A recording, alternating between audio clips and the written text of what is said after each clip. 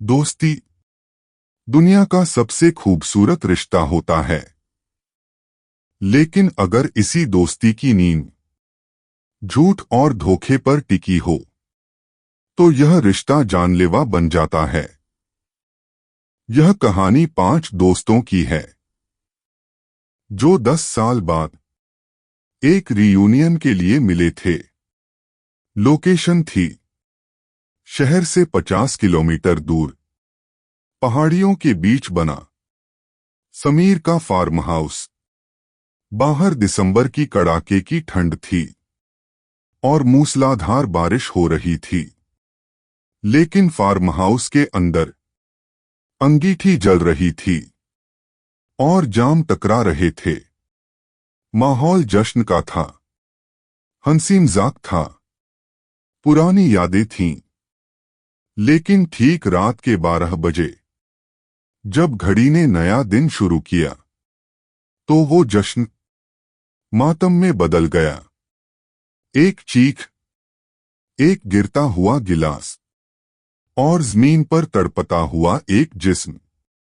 हैरानी की बात यह नहीं थी कि समीर मर गया, हैरानी की बात यह थी कि उसे मारा कैसे गया। शराब की बोतल सीलबंद थी। सबने सबके सामने बोतल खोली, सबने उसी बोतल से शराब पी। सबके गिलास एक जैसे थे। तो फिर जहर सिर्फ समीर के गले के नीचे कैसे उतरा? बाकी चारों दोस्तों को खरोंच तक क्यों नहीं आई? क्या यह कोई जादू था, या फिर एक ऐसा शातिर खेल जो हमारी सोच से भी परे था? शाम के 7 बजे थे। मेरी कार के वाइपर बारिश से लड़ते हुए चल रहे थे। सामने फार्म हाउस की लाइट्स दिख रही थीं। मेरा नाम आदि है। मैं 10 साल बाद अपने कॉलेज के दोस्तों से मिलने जा रहा था। सच कहूं तो मेरा मन नहीं था। कॉलेज के बाद हम सब बदल चुके थे। समीर, जो हमेशा से ग्रुप का लीडर बनना चाहता था, आज शहर का सबसे बड़ा बिजनेसमैन था। उसने ही यह पार्टी रखी थी। जब मैं अंदर पहुंचा, तो देखा कि रिया, विक्रम और निशा पहले से वहां थे। सबके चेहरों पर एक अजीब सी बनावटी मुस्कान थी। रिया, जो कभी समीर के लिए जान दे सकती थी, आज उसकी आंखों में समीर के लिए सिर्फ नफरत दिख रही थी। विक्रम, जो समीर का पार्टनर था, वो बार बार अपना फोन चेक कर रहा था। शायद कोई लेनदार उसे परेशान कर रहा था। और समीर समीर हमेशा की तरह अपनी दौलत का दिखावा कर रहा था। अगए मेरे गरीब दोस्तों, समीर ने हंसते हुए कहा। यह उसका मजाक करने का तरीका था, भद्दा और चुभने वाला। बाहर तूफान तेज हो गया था। लाइट्स बार बार फ्लिकर कर रही थीं। ऐसा लग रहा था जैसे कुदरत हमें चेतावनी दे रही हो कि आज रात यहां कुछ बुरा होने वाला है। रात के 11 बज चुके थे। डिनर खत्म हो चुका था। नौकर और रसोई अपना काम करके जा चुके थे। तूफान की वजह से वे रात को रुकने वाले नहीं थे। अब फार्म हाउस में सिर्फ हम 5 लोग थे, पूरी तरह अकेले। समीर एक पुरानी धूल भरी शराब की बोतल लेकर आया। देखो इसे, समीर ने कहा। 1985 की विंटेज वाइन। मेरे पापा ने मेरी शादी के लिए बचा कर रखी थी। शादी तो हुई नहीं, तो सोचा तुम लोगों के साथ ही पी लूं। समीर ने हम सबके सामने बोतल की सील तोड़ी। उसने खुद ही सबके गिलासों में शराब डाली। रिया, विक्रम, निशा, मैं, और आखिर में अपने लिए। कोई मिलावट नहीं, कोई बर्फ नहीं, सिर्फ प्योर वाइन। हम सबने अपने गिलास उठाए। दोस्ती के नाम समीर चिल्लाया, और उन राजों के नाम जो आज रात खुलने वाले हैं। हमने जाम टकराए। चीयर्स। सबने एक साथ घूंट भरा। वाइन का स्वाद कड़वा था, लेकिन विंटेज वाइन ऐसी ही होती है। हम सब अपनी कुर्सियों पर बैठ गए। बातें होने लगीं। लेकिन ठीक 5 मिनट बाद समीर का चेहरा लाल पड़ने लगा। उसने अपना गला पकड़ा, जैसे कोई उसे अंदर से दबोच रहा हो। समीर, निशा ने पूछा, तुम ठीक हो? समीर ने कुछ बोलने की कोशिश की, लेकिन उसके मुंह से सिर्फ घरघराहट निकली। उसका गिलास हाथ से छूटकर जमीन पर गिरा और चकनाचूर हो गया। वो अपने घुटनों पर गिर गया। मुंह से सफेद झाग निकलने लगा। उसकी आंखें हम चारों को घूर रही थीं। उन आंखों में सवाल था, तुमने, तुम में से किसने? और अगले ही पल समीर का शरीर शांत हो गया। समीर जमीन पर बेजान पड़ा था। उसकी खुली आंखें छत को घूर रही थीं। निशा, जो एक डॉक्टर थी, तुरंत घुटनों के बल बैठी और समीर की कलाई पकड़ी। कमरे में सन्नाटा था। सिर्फ बाहर तूफान के गरजने की आवाज आ रही थी। निशा ने धीरे से समीर का हाथ छोड़ दिया और हमारी तरफ देखा। उसने सिर्फ इतना कहा, यह मर चुका है। रिया की चीख निकल गई। वह सोफे पर गिर पड़ी और रोने लगी। विक्रम का चेहरा पसीने से भीग चुका था। वह बार बार कह रहा था, यह नहीं हो सकता, हमने तो बस शराब पी थी, यह नहीं हो सकता। मैंने हिम्मत जुटाई और कहा, शांत हो जाओ सब। हमें पुलिस को बुलाना होगा। मैं फोन की तरफ भागा, लेकिन फोन की लाइन डेड थी। शायद तूफान की वजह से तार टूट गए थे। मैंने अपना मोबाइल चेक किया। No network. हम सब शहर से 50 किलोमीटर दूर एक सुनसान फार्म हाउस में फंस चुके थे, एक लाश और एक कातिल के साथ। विक्रम ने चिल्लाकर कहा, मैं यहां नहीं रुकने वाला, मैं जा रहा हूं। वह दरवाजे की तरफ भागा, लेकिन जैसे ही उसने दरवाजा खोला, आंधी और बारिश का एक तेज झोंका अंदर आया। विक्रम की कार का टायर पंचर था, या शायद किसी ने जानबूझकर किया था। हम समझ गए थे, यह कोई हादसा नहीं था, यह एक सोची समझी साजिश थी। कातिल ने हमें यहां फंसाया था। मैंने दरवाजा बंद किया और सबकी आंखों में देखा। मैंने कहा, कोई कहीं नहीं जाएगा। कातिल हम चारों में से ही कोई एक है। सब एक दूसरे को शक की नजर से देखने लगे। रिया ने विक्रम की तरफ इशारा किया और कहा, तुमने मारा है इसे। मुझे पता है, समीर ने तुम्हें बिजनेस से निकाल दिया था। तुम पर करोड़ों का कर्ज था। समीर के मरने से तुम्हें ही सबसे ज्यादा फायदा है। विक्रम भड़क गया। उसने कहा, बकवास बंद करो रिया। मैंने नहीं मारा। और तुम क्या सती सावित्री हो? समीर ने तुम्हें धोखा दिया था। तुम तो उसे जान से मारने की धमकियां देती थीं। आरोप प्रत्यारोप शुरू हो चुके थे। दोस्ती का नकाब उतर चुका था। अब वहां सिर्फ 4 डरे हुए लोग थे, जो अपनी जान बचाने के लिए एक दूसरे को फंसाने को तैयार थे। मैंने झगड़ा शांत कराया। मैंने कहा, लड़ने से कुछ नहीं होगा। हमें यह पता लगाना है कि समीर को जहर कैसे दिया गया। अगर हमने कातिल को नहीं ढूंढा, तो हो सकता है कि अगला नंबर हमारा हो। हम सब डाइनिंग टेबल के पास वापस आए। वही टेबल जहां अभी कुछ देर पहले जश्न चल रहा था।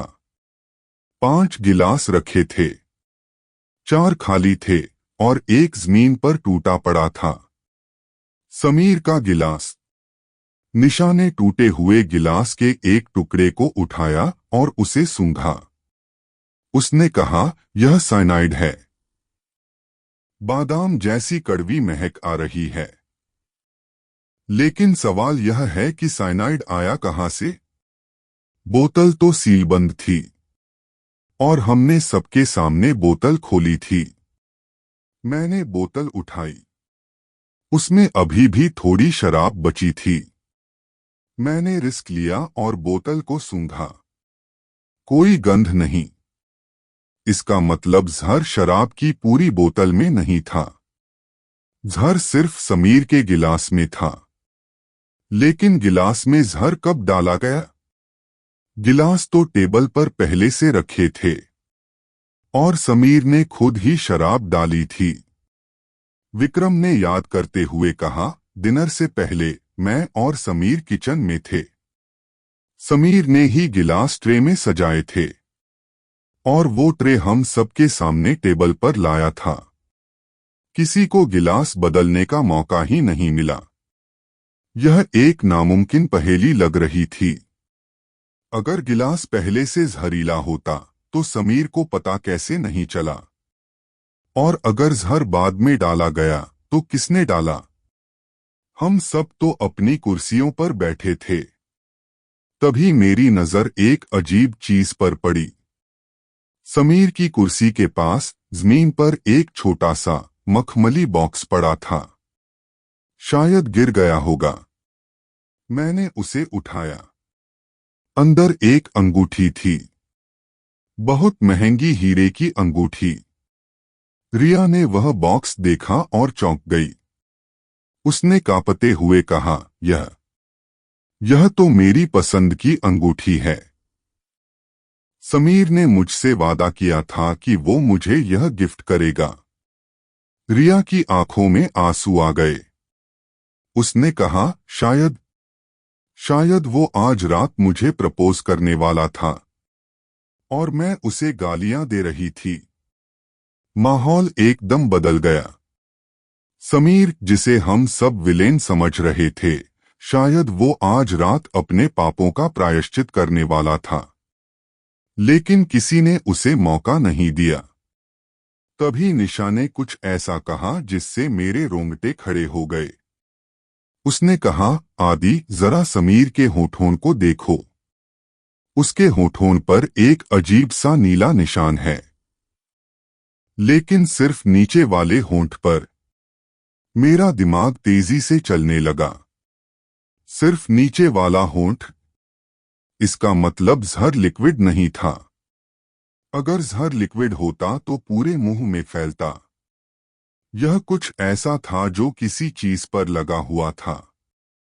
मैंने मेज पर रखे बाकी गिलासों को ध्यान से देखा। सबके सब क्रिस्टल के गिलास थे, एकदम एक जैसे। लेकिन समीर का गिलास, जो टूट चुका था, उसके टुकड़ों में मुझे कुछ अलग दिखाई दिया। कांच के एक टुकड़े पर, किनारे पर, एक बहुत ही बारीक पारदर्शी परत चढ़ी हुई थी, जैसे किसी ने उस पर नेल पॉलिश या कोई जेल लगाया हो। मुझे समझ आ गया। मैंने निशा की तरफ देखा। निशा, जो एक डॉक्टर है। मैंने पूछा, निशा, तुम पार्टी में सबसे पहले आई थी, है ना? निशा का चेहरा सख्त हो गया। उसने कहा, हाँ तो? मैंने कहा, जहर शराब में नहीं था। जहर गिलास के अंदर भी नहीं था। जहर गिलास के रिम पर लगा था, उस किनारे पर जहां से हम घूंट भरते हैं। एक बहुत ही पावरफुल न्यूरोटॉक्सिन का जेल। जैसे ही समीर ने गिलास होठों से लगाया, जहर उसके शरीर में चला गया। विक्रम ने पूछा, लेकिन आदि, निशा को कैसे पता था कि समीर कौन सा गिलास उठाएगा? गिलास तो समीर ने खुद ट्रे से उठाए थे। मैंने मुस्कुराते हुए कहा, याद करो विक्रम, समीर को एक आदत थी। उसे हमेशा हेड ऑफ द टेबल यानी मेज के मुखिया वाली कुर्सी पर बैठने की आदत थी। यह उसका अहंकार था। निशा यह जानती थी। निशा ने पार्टी शुरू होने से पहले, जब हम सब बाहर थे, चुपके से उस कुर्सी के सामने रखे गिलास के किनारे पर ज़हर लगा दिया। उसे पता था कि समीर उसी कुर्सी पर बैठेगा और वही गिलास उठाएगा। यह एक जुआ था, लेकिन निशा ने समीर के अहंकार पर दांव लगाया और वो जीत गई। कमरे में सन्नाटा छा गया।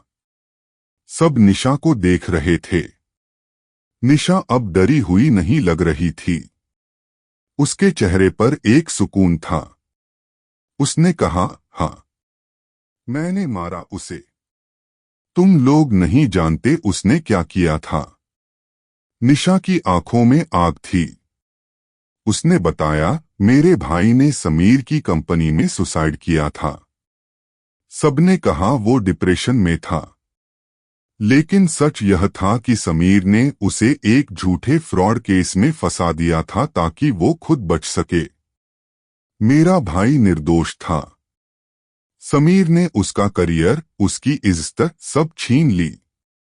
आज रात मैंने बस हिसाब बराबर किया है। निशा ने अपनी जेब से एक छोटी सी शीशी निकाली। शायद उसमें और जहर था। विक्रम उसे रोकने के लिए आगे बढ़ा, लेकिन निशा ने शीशी खिड़की से बाहर तूफान में फेंक दी। उसने अपने दोनों हाथ आगे कर दिए। उसने कहा, पुलिस को बुलाने की जरूरत नहीं है। सुबह जब तूफान थमेगा, मैं खुद सरेंडर कर दूंगी। अब मुझे कोई डर नहीं है। रात के 3 बज चुके थे। तूफान अब थमने लगा था। हम चारों दोस्त, जिनमें से एक कातिल था और एक लाश, खामोशी से बैठे रहे। वो आखिरी जान जो दोस्ती के नाम पर उठाया गया था, वो असल में बदले का जाम था। और उस रात हमें समझ आया कि कभी-कभी इंसान का सबसे बड़ा दुश्मन उसका अपना अहंकार होता है। तो दोस्तों, यह थी फार्म हाउस की वो काली रात। एक परफेक्ट मर्डर जिसे एक डॉक्टर के दिमाग और एक दोस्त के धोखे ने अंजाम दिया। आपको क्या लगता है? क्या निशा ने जो किया वो सही था? क्या बदले की आग में किसी की जान लेना जायज है? अपनी राय कमेंट्स में जरूर बताएं। और अगर इस कहानी ने आपके रोंगटे खड़े कर दिए तो वीडियो को लाइक करना न भूलें। ऐसी ही और खौफनाक मिस्ट्रीज के लिए सब्सक्राइब करें हमारे चैनल को। मिलते हैं अगली कहानी में, जहां एक और राज आपका इंतजार कर रहा है। तब तक के लिए सावधान रहें।